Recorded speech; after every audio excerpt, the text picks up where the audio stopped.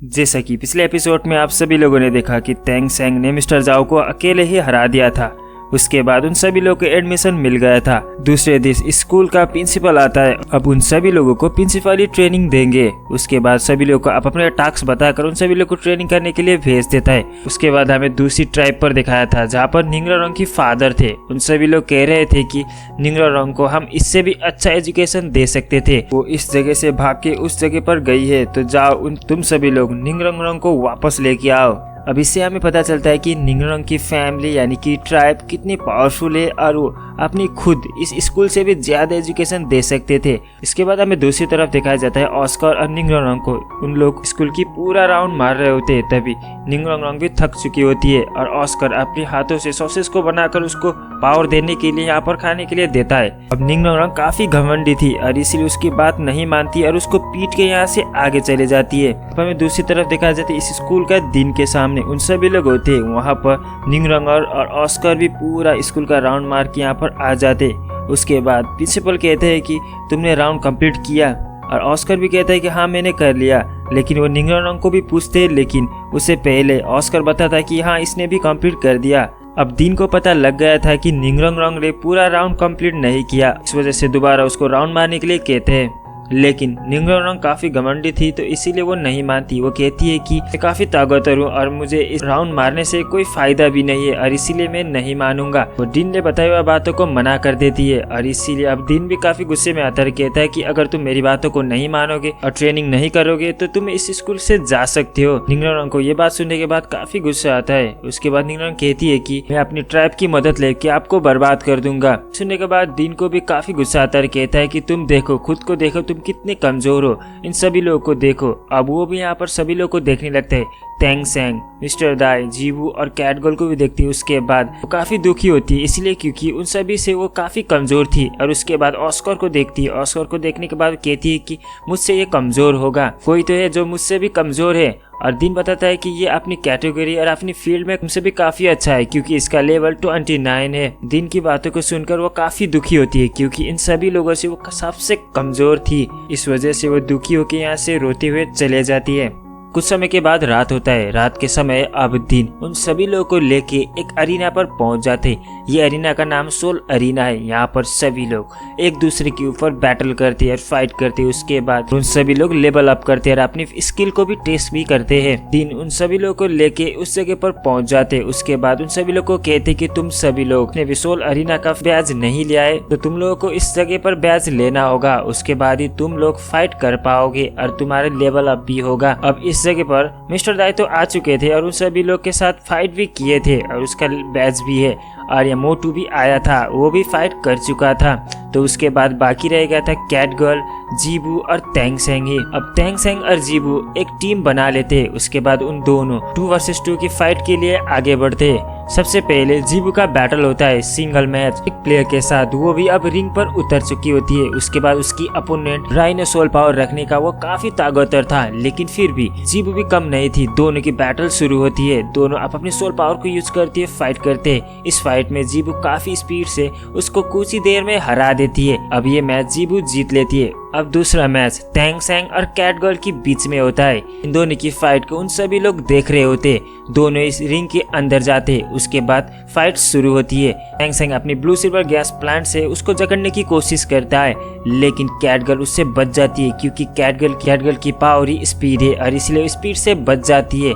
हालांकि तेंग सेंग उसको काफी जकड़ने की कोशिश करता है, लेकिन कैटगर्ल उससे बच रही होती है। अब मिस्टर दाई भी दूर से इस बैटल को देख रहा था। मिस्टर दाई कैटगर्ल को पसंद करता है और इसीलिए मिस्टर दाई चाहता है कि कैटगर्ल इस फाइट को जीत ले, लेकिन तेंग सेंग चारों तरफ ब्लू सिल्वर गैस फैला देता है। उसके बाद जब कैटगर्ल ऊपर से अटैक करने की कोशिश करती है तब तेंग सेंग नीचे से उसको पकड़ लेता है और उसको बंदी बना लेता है। इसी के साथ ही तेंग सेंग इस फाइट को जीत लेता है। हालांकि इस फाइट से कुछ फर्क तो नहीं पड़ता, लेकिन कैटगर्ल काफी दुखी होती है क्योंकि उसने पहले मैच ही हार गई। जब कैटगर्ल बाहर जा रही होती है तभी मिस्टर दाई उसको बताता है कि तुम इस मैच से दुखी मत हो क्योंकि तुम्हारी पावर इस स्पेस में नहीं मिलता था और इसीलिए तुम हार गई। कैटगर्ल को खुश करने के लिए मिस्टर दा एक अच्छी बातें बताता है। अब तीसरा मैच शुरू होता है जिसमें जीबू और तेंग सेंग एक टीम से होते हैं और दूसरी तरफ हैमर सोल पावर रखने वाले दो भाई होते हैं। देखने में दोनों ट्विंस जैसा दिख रहे थे, दोनों ही हैमर की पावर को यूज करते थे और काफी ताकतवर भी थे। अब इन चारों के बीच में फाइट शुरू होती है।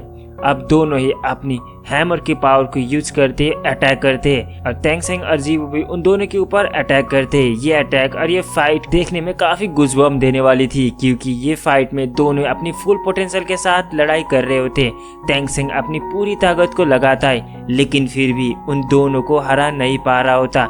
जीबू भी अटैक करती है, दोनों को हरा नहीं पा रही होती। उन दोनों ट्विंस ब्रदर काफी ताकतवर थे और उन दोनों के पास हैमर की सोल पावर भी था और इसीलिए काफी ताकतवर थे। तेंग सेंग की हर अटैक उन दोनों डॉज कर रहे होते। दोनों मिलके तेंग सेंग के ऊपर काफी पावरफुल हैमर अटैक करते। इस अटैक से तेंग सेंग काफी दूर जाता है और घायल भी होता है। जब तेंग सेंग घायल होता है इस चीज को जीबू सहन नहीं कर पाती और वो काफी गुस्से में आती है और अपने एक स्लैश अटैक करती है। ये अटैक इतना पावरफुल था कि उन दोनों भाई को अभी खत्म कर सकता था, लेकिन तेंग सेंग इस चीज को नोटिस कर लेता है और उसको हिडन वेपन को यूज करते हुए उस अटैक को डॉज कर देता है। अगर वो अटैक उन दोनों को लग गया होता तो दोनों मारे जाते। हालांकि इस अरीना में फाइट हार और जीत तो होता रहता था, लेकिन फिर भी ये अटैक इतना पावरफुल था कि किसी का भी जान ले सकता था। अब उन दोनों ट्विंस ब्रदर इन दोनों की पावर को देख के वो खुद ही सरेंडर कर देते। उसके बाद ये फाइट तेंग सेंग और जीबू जीत जाते। अब ये फाइट खत्म होने के बाद तेंग सेंग को पता चलता है कि इस दुनिया में काफी ताकतवर लोग भी है और मुझे और भी स्ट्रॉन्ग बनना होगा। अभी फाइट की देखा जाए तो मैं इस फाइट में कुछ भी नहीं कर पाया और मैं खुद को भी बचा नहीं पाया और इसी वजह से मैं काफी ज्यादा ट्रेनिंग करूंगा और काफी ताकतवर बनूंगा। अब ये मैच खत्म होने के बाद उन सभी लोगों को बैज मिल जाता है। सोल अरीना से उन सभी लोग बाहर निकल रहे होते तभी मिस्टर दाई कैटगर्ल को पसंद करता था और इसीलिए उसको ये बात बताने के लिए प्लान कर रहा था, लेकिन मोटू उन सब के सामने ये चीज खोल देता है और इससे उसकी बेइज्जती होती है और कैटगर्ल भी उसको आवारा कहते हुए यहाँ से चले जाती है। अब हमें सुबह का टाइम दिखाया जाता है। दिन उन सभी लोगों को एक जगह पर लेके आए होते और उन सभी लोग को ट्रेनिंग करने के लिए स्टार्ट करने वाले होते, लेकिन तभी ऑस्कर काफी लेट होता है और वो वहाँ पर पहुँच जाता है। अब दिन उसको पूछते कि तुम इतने लेट क्यों आ गए, उसको पनिशमेंट देने वाले होते, लेकिन तभी ऑस्कर बताता है कि आज सुबह मैंने ट्रेनिंग किया था और इसी वजह से मेरा सोल पावर 30 हो गया। अब ये उन सभी के लिए काफी खुशखबरी था, इसीलिए क्योंकि अब ऑस्कर को एक सोल रिंग का जरूरत पड़ेगा और उन सभी लोग अब सोल रिंग लेने के लिए शिकार करने के लिए जंगल पर जाने वाले हैं। हालांकि इससे पहले उन सभी लोग दोस्त थे, लेकिन फिर भी निंगरंग को कोई भी पसंद नहीं करता था क्योंकि वो काफी घमंड करती थी और इसी वजह से अब निंगरंग को काफी रियलाइज होने लगता है। उसके बाद दिन उन सबको लेके मिस्टर जाओ के जगह पर पहुंच जाते। यहाँ पर मिस्टर जाओ आते। मिस्टर जाओ अब उन सभी लोगों को शिकार करने के लिए जंगल पर लेके जाने वाले थे क्योंकि अब ऑस्कर के लिए एक सोल रिंग चाहिए था। ऑस्कर सोल रिंग पाने वाला था, इसी वजह से वो काफी खुश था। उन सभी लोग जंगल की तरफ बढ़ जाते और काफी दूर जाने के बाद भी उन सभी लोग को एक पावरफुल बीस्ट नहीं मिलता। जंगल की और भी अंदर जा रहे होते तभी ऑस्कर एक पेड़ में टकरा कर नीचे की तरफ गिरने वाला होता है, लेकिन तभी निंगरंग आके उसको पकड़ लेती है।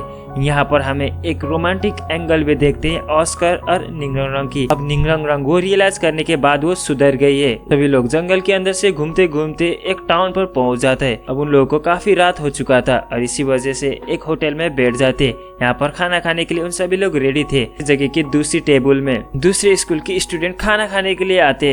इन सभी लोग काफी शरारती थे, उन सभी लोग काफी घमंड भी करते थे क्योंकि उन स्कूल काफी रिच वाला स्कूल था और इसी वजह से काफी घमंड करते थे। इसी वजह से कुछ टाइम के बाद इस जगह पर पंगा हो जाता है दोनों स्कूल के बीच में। तेंग सेंग भी अपनी स्पीड का यूज करते उन सभी लोगों को रोकने की कोशिश करता है। अब वो स्कूल के लड़के भी काफी घमंड में आते हैं, उन सभी लोगों को चैलेंज करने लगते हैं और दोनों स्कूल के बीच में अब फाइट होगी सारी स्टूडेंट के बीच में। उन सभी लोग बाहर जाते। उन सारी स्टूडेंट को तो जीबू ने हरा दिया था, लेकिन उसका लीडर वो काफी ताकतवर है, स्पिरिट डिफेंस का है और इसीलिए उसको तोड़ना नामुमकिन जैसा लगता है उसको। इसी वजह से उन सभी लोगों को एक ही साथ हमला करने के लिए बोल देता है। वो अकेला उन सभी लोग अपनी सोल पावर को यूज करते और उस लीडर के ऊपर अटैक करते। वो लीडर इतना ताकतवर था कि सभी लोगों को एक ही झटके में हरा रहा होता है। ये चीज को देखने के बाद उन सभी लोग उस लीडर के सामने टिक नहीं पा रहे होते। तभी कुछ टाइम के बाद वहाँ पर मिस्टर जाओ पहुंच जाते अब अपनी स्टूडेंट को हारता हुआ देख के मिस्टर जाओ कहते हैं कि तुम सभी लोग अपने कमरे में जाओ, मैं इसको संभाल लूंगा। उसके बाद वो लीडर भी काफी हंसते हुए कहता है कि तुम मुझे कैसे हराओगे, तुम इतने कमजोर भी हो।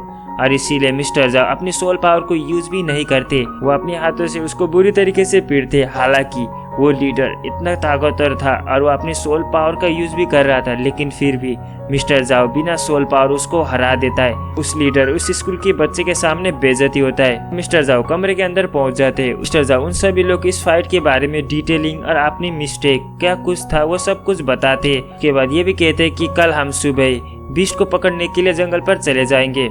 अब हमें दूसरी तरफ दिखाया जाता है, जब सुबह होती है उन सभी लोग बीस्ट को पकड़ने के लिए जंगल की तरफ पहुंच जाते हैं। उन सभी लोगों को काफी पावरफुल और काफी अजीब क्रिएचर देखने को मिलता है। यहाँ पर काफी पावरफुल बीस्ट भी थे। उन सभी लोग काफी ढूंढने के बाद उन सभी लोग के सामने एक आता है जो काफी ताकतवर था और काफी पावरफुल बीस्ट भी था। मिस्टर जाओ उन सभी लोग को सावधान करते हैं, कहते हैं कि तुम सभी लोग सावधान हो जाओ और आप अपनी सोल पावर को यूज करो। इसने काफी ताकतवर है और हम सभी लोग मिलके भी इसको शायद हरा नहीं पाएंगे।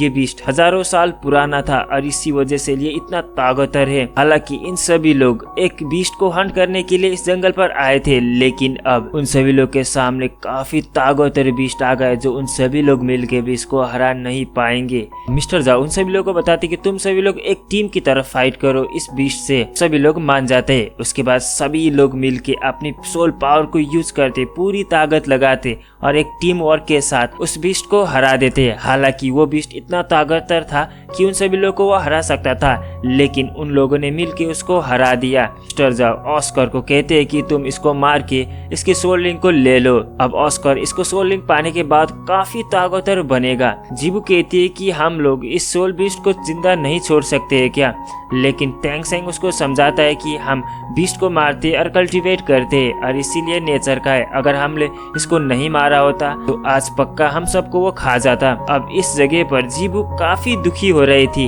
बीस्ट को मार के और उसकी सोल रिंग को निकाल के ये सब कुछ उसको पसंद नहीं आ रहा था। ये क्यों नहीं आ रहा था वो हमें आगे पता चलेगा।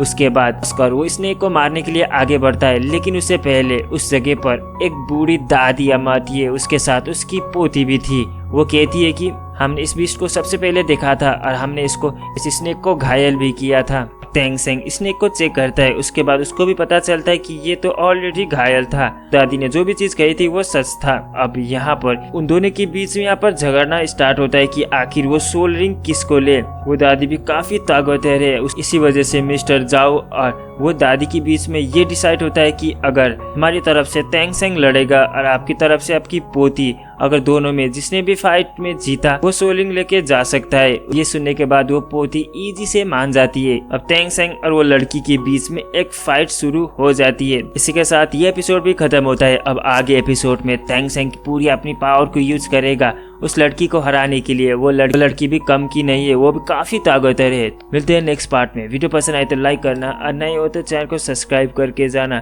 अब तक वीडियो देख रहे हो तो कमेंट में आप सभी लोग ये कहना कि 111 कमेंट करना, तब मुझे पता चलेगा कि आप कौन कौन लोग हैं जो मेरा वीडियो इतने देर तक देखता है। उन सभी लोगों को मैं रिप्लाई भी करूंगा और आप सभी लोगों को स्क्रीनशॉट लेके याद भी रखूंगा नाम। तो कमेंट करना मत भूलना 111। तब तक के लिए बाय बाय।